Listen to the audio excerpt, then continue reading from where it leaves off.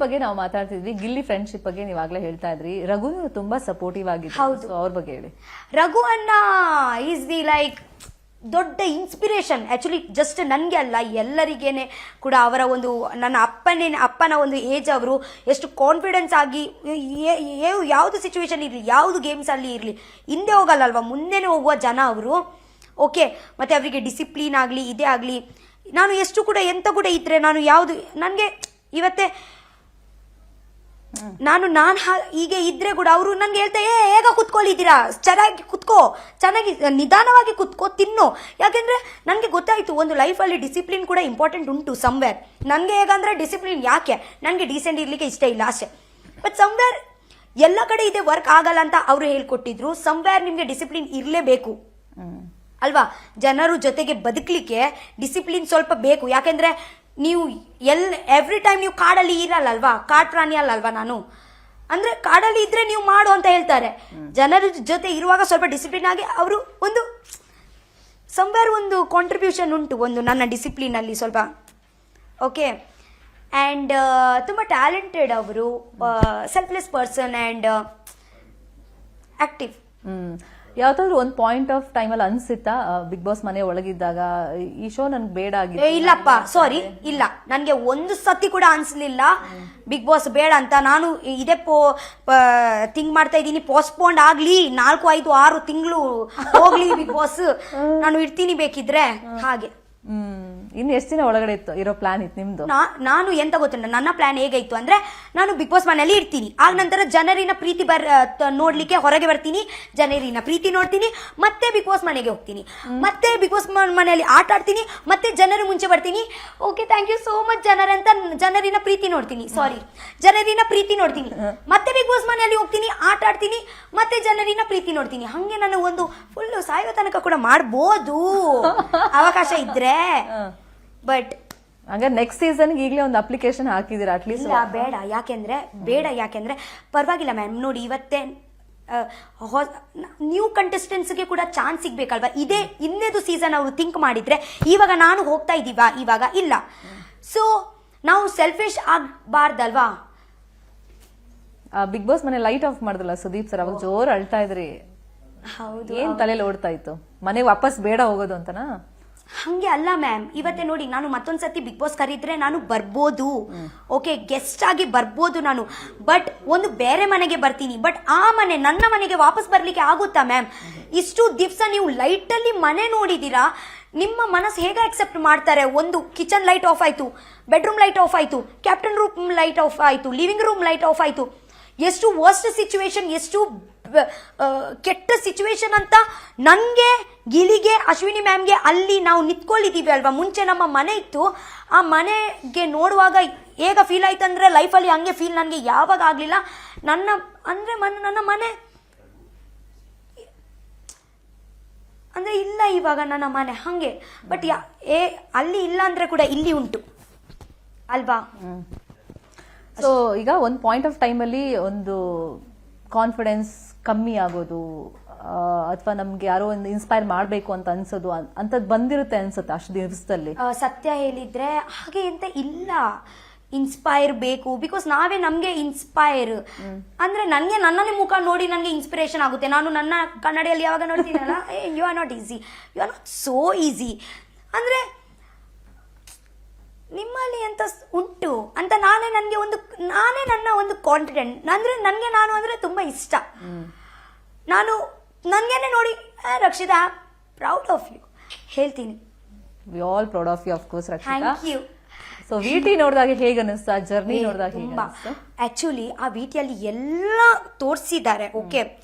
But ಒಂದು ವಿಷಯ ಹೇಳ್ತೀನಿ, ನೀವು ಜಸ್ಟ್ 1 ನಿಮಿಷದ್ದು ವಿಟಿ ನೋಡಿದ್ದೀರಾ, ಬಟ್ ನಮ್ಮ 100 ದಿವಸದ ವಿಟಿ ಉಂಟಲ್ಲ, ಎಲ್ಲ ಹಾಕ್ಲಿಕ್ಕೆ ಆಗಲ್ಲ. ಆ ಒಂದು ದಿವಸ ಹೈಲೈಟ್ಸ್ ಮಾತ್ರ ನೋಡ್ಬೋದು.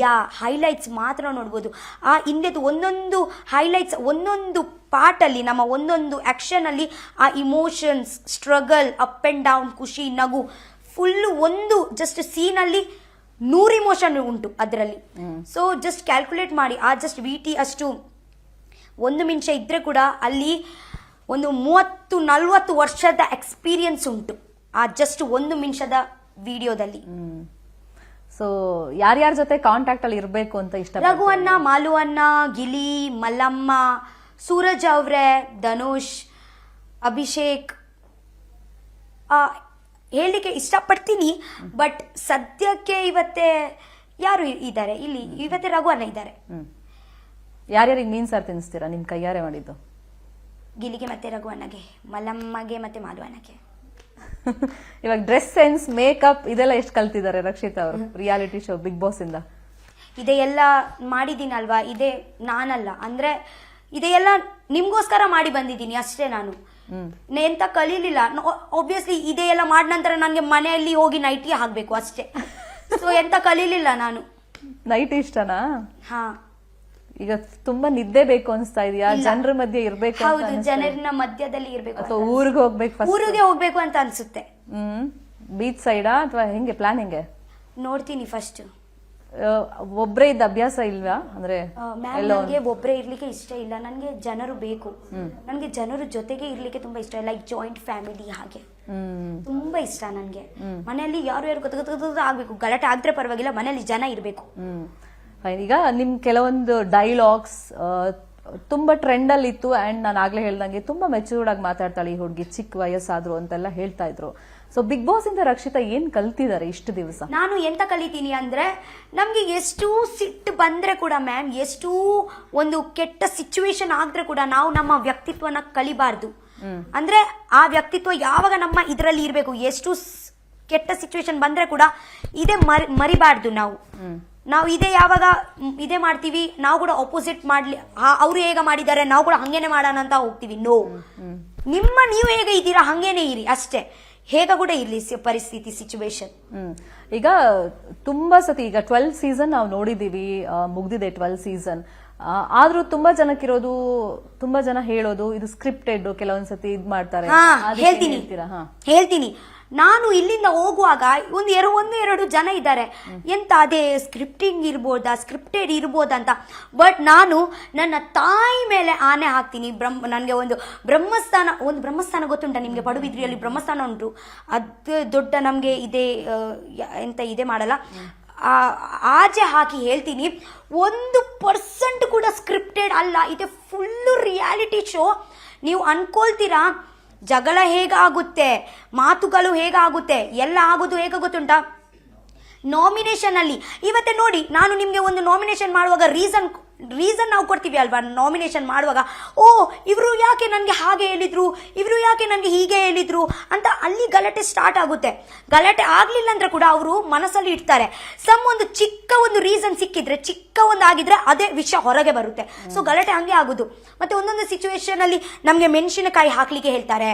ಸೊ ಅವರಿಗೆ ಈಗೋ ಹಾಟ್ ಆಗುತ್ತೆ. ಓ ಇವರು ಹಾಗೆ ಯಾಕೆ ಹೇಳಿದ್ರು, ಇವರು ಯಾಕೆ ನನಗೆ ಚೂರಿ ಹಾಕಿದ್ರು, ಅಂದ್ರೆ ಅರ್ಥ ಆಯ್ತಾ, ಇವರು ಯಾಕೆ ಹಂಗೆ ಮಾಡಿದ್ರು. ಸೊ ಜಗಳ ಆಗುದು ನ್ಯಾಚುರಲ್ ಆಗಿ ಚಟ್ಪುಟಿಕೆದಲ್ಲಿ ನಮ್ಗೆ ಒಂದೊಂದು ಟಾಸ್ಕ್ ಕೊಡ್ತಾರೆ. ಮತ್ತೆ ಗೇಮ್ಸ್ ಅಲ್ಲಿ ಇವತ್ತು ಒಬ್ವಿಯಸ್ಲಿ ಒಂದು ಟೀಮ್ ಇರುತ್ತೆ.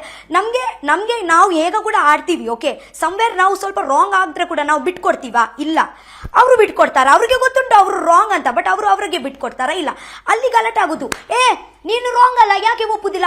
ಸೊ ಹಂಗೆ ಗಲಾಟೆ ಆಗಿ ನ್ಯಾಚುರಲ್ ಗಲಾಟೆ ಆಗುದು ಮ್ಯಾಮ್. ಕಿಚನ್ ಅಲ್ಲಿ ಕೂಡ ನಿಮ್ಗೆ ಅನ್ಸುತ್ತೆ, ಕಿಚನ್ ಅಲ್ಲಿ ನಾವು ಮಾಡುವಾಗ, ಓ ಇಷ್ಟು ಪಾತ್ರೆ ಉಂಟು, ಒಂದು ಸತಿ ಬಂದು ಪಾತ್ರೆ ತುಳಿಲಿಲ್ಲ, ಅವರು ಚಾನ್ಸ್ ಉಂಟು. ಸೊ ಅದೇ ಒಂದು ಮನಸ್ಸಲ್ಲಿ ನಾವು ಇಡ್ತೀವಿ. ಎಲ್ಲೋ ನಾವು ನಾಮಿನೇಷನ್ ಅಲ್ಲಿ ಅದೇ ವಿಷಯ ತಗೊಳ್ಳಿ ಹೇಳ್ತೀವಿ, ಎಂತ ಮನೆ ಎಲ್ಲ ಟಾಸ್ಕ್ ಬಿಟ್ಟು ಬೇರೆ ಎಲ್ಲ ಕಾಣಿಸಲ್ಲ ಅಂತ. ಅದೇ ಯಾಕೆಂದ್ರೆ ನಾವು ಮನಸ್ಸಲ್ಲಿ ಇಡ್ತೀವಿ, ಒಂದೊಂದು ವಿಷಯ ನಾವು ನೋಟಿಸ್ ಮಾಡ್ತೀವಿ. ಓ ಇದೆ ಅವರ ಒಂದು ವ್ಯಕ್ತಿತ್ವ ನಾವು ನೋಡ್ತೀವಿ, ನಡೆ ನುಡಿ ನೋಡ್ತೀವಿ. ಓ ಎಂತ ಮಾಡ್ತಾರೆ ಇವತ್ತು, ಅಲ್ಲಿ ಪಾತ್ರೆ ಉಂಟು, ತುಳಿತಾ ಇದ್ದಾರಾ, ಮನಸ್ಸಿಂದ ತುಳಿತಾ ಇದ್ದಾರಾ, ಗುಡಿಸ್ತಾ ಇದ್ದಾರಾ, ಅದೆಲ್ಲ ಇಡ್ತೀವಿ ಅಲ್ವಾ? ನಾಮಿನೇಷನ್ಗೆ ಎಲ್ಲ ಹೇಳ್ಬಿಡ್ತೀವಿ, ಅಲ್ಲಿ ಗಲಾಟೆ ಆಗೋದು. ಸೊ ಗಲಾಟೆ ರಿಯಲ್ ನ್ಯಾಚುರಲೇ, 1% ಕೂಡ ಸ್ಕ್ರಿಪ್ಟೆಡ್ ಅಲ್ಲ. ಅದೇ ನಾನು ಒಂದು 100% ಇಂದ ಅದೇ ಹೋಗಿದ್ರೆ ನಿಮ್ಗೆ ಗೊತ್ತಾಗೋದು ಮ್ಯಾಮ್. ಅದೇ ನಾನು ಹಾಗೆ.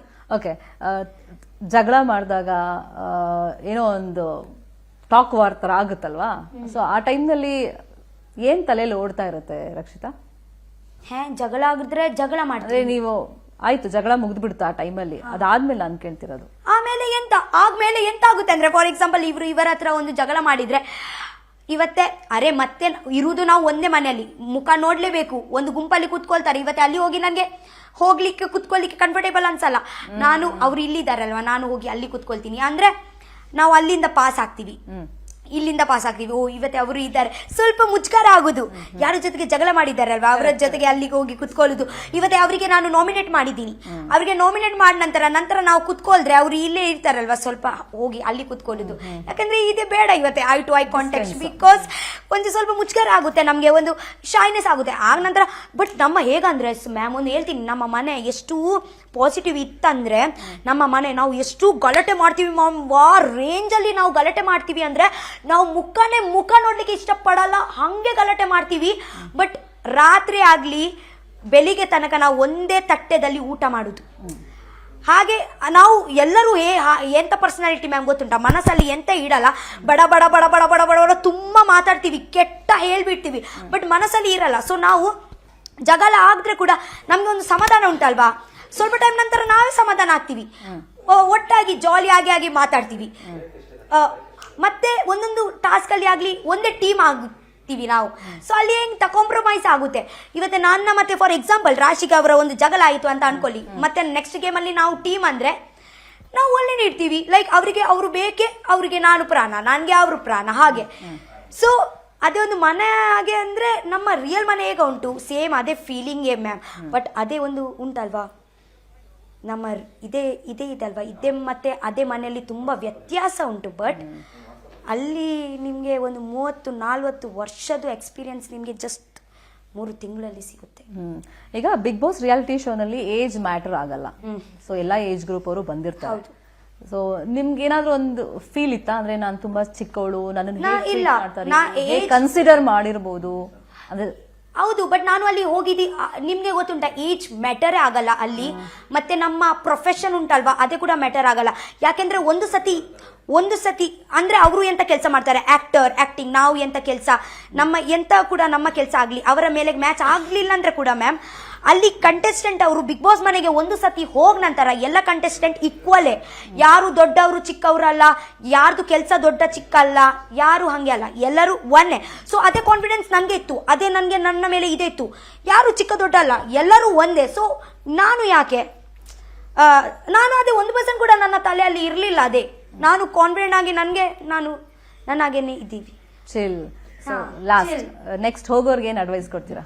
ಹೋಗುವವರಿಗೆ ಅಡ್ವೈಸ್ ಕೊಡ್ತೀನಿ ಅಂದ್ರೆ ನಿಮ್ಗೆ ನಿಮ್ಮ ಮೇಲೆ ಕಾನ್ಫಿಡೆನ್ಸ್ ಇದ್ರೆ ಎಷ್ಟು ದೂರ ಕೂಡ ನೀವು ಹೋಗ್ಬೋದು, ಎಷ್ಟು ಸಕ್ಸಸ್ ಕೂಡ ನೀವು ಮಾಡ್ಬೋದು. ನಮಗೆ ನಮ್ಮ ಮೇಲೆ ಒಂದು ನಂಬಿಕೆ, ನಮ್ಮ ಮೇಲೆ ಒಂದು ಕಾನ್ಫಿಡೆನ್ಸ್ ಇರಬೇಕು. ಓಕೆ, ಲೈಕ್ ರಕ್ಷಿತಾ ಮೇಲೆ ತುಂಬಾ ಕಾನ್ಫಿಡೆನ್ಸ್ ಉಂಟು, ಹಂಗೆ. ಸೆಲ್ಫ್ ಕಾನ್ಫಿಡೆನ್ಸ್ ಇಸ್ ಇಂಪಾರ್ಟೆಂಟ್ ಅಂತಂದ್ರೆ ಫಸ್ಟ್ ರನ್ನರ್ ಅಪ್ ಆಗಿದ್ದೀರಾ, very all the best Rakshita. ನೀವೇನೇನ್ ಕನ್ಸ್ ಕಂಡಿದ್ದೀರಾ ಎಲ್ಲ ಅದು ನನಸಾಗ್ಲಿ ಅಂತ ಆಶಿಸ್ತಾ, ಒಳ್ಳೆ ಆಫರ್ಸ್ ನಿಮ್ಮನ್ನ ಹುಡ್ಕೊಂಡು ಬರ್ಲಿ. ಮೇ ಬಿ ಪ್ಲಾನ್ಸ್ ಇದೆ ಅಂತ ಅನ್ಸುತ್ತೆ, 1-2 ದಿನ ಬಿಟ್ಟು ನಿಮ್ಮನ್ನೆಲ್ಲ ಅಪ್ರೋಚ್ ಮಾಡ್ತಾರೆ ಅಂತ ಆಶಿಸ್ತಾ, very all the best. Once again congratulation. Thank you so much. Thank you so much. So ಇದು ರಕ್ಷಿತಾ ಅವ್ರ ಮಾತು. ಸೆಲ್ಫ್ ಕಾನ್ಫಿಡೆನ್ಸ್ ಬಗ್ಗೆ ತುಂಬಾನೇ ನಮ್ ಜೊತೆ ಮಾತಾಡಿದ್ರು, ಪಾಠ ಮಾಡಿದ್ರು. ಈಗ ಒಂದು ಬ್ರೇಕ್ ಇರುತ್ತೆ, ಬ್ರೇಕ್ ಆದ್ಮೇಲೆ ಮತ್ತೊಬ್ಬ ಸ್ಪರ್ಧಿ ರಘು ನಮ್ಮನ್ನ ಜಾಯ್ನ್ ಆಗ್ತಾರೆ.